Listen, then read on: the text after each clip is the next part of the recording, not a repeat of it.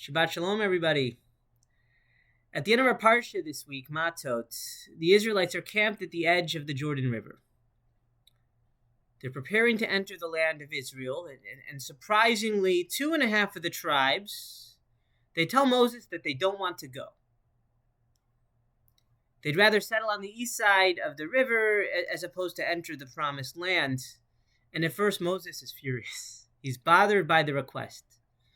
And that's because the traditional rabbis, they make it very clear that living in the land of Israel is a mitzvah, and the desire of these tribes to settle elsewhere, it seems to undermine that commandment. But ultimately, Moses, he comes around. That's because the tribes, they promise that even though they won't be living and raising their families in the land of Israel, they'll always come to its defense. Their support for their brothers and sisters from the outside will ultimately be critical in the development of Israel and the success of the Jewish people. Now, for me, this parsha, it highlights the notion of Kol Yisrael Arevim Zel Lazeh.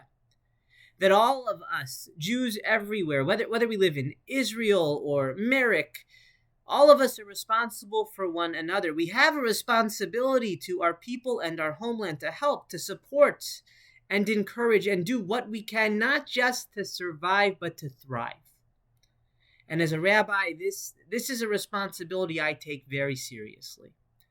Now, in the coming days, weeks, months, years ahead, I look forward to exploring with all of you how we can do our part as individuals, as a community, in living up to that responsibility, in supporting our people and our homeland. Wishing you all a Shabbat Shalom.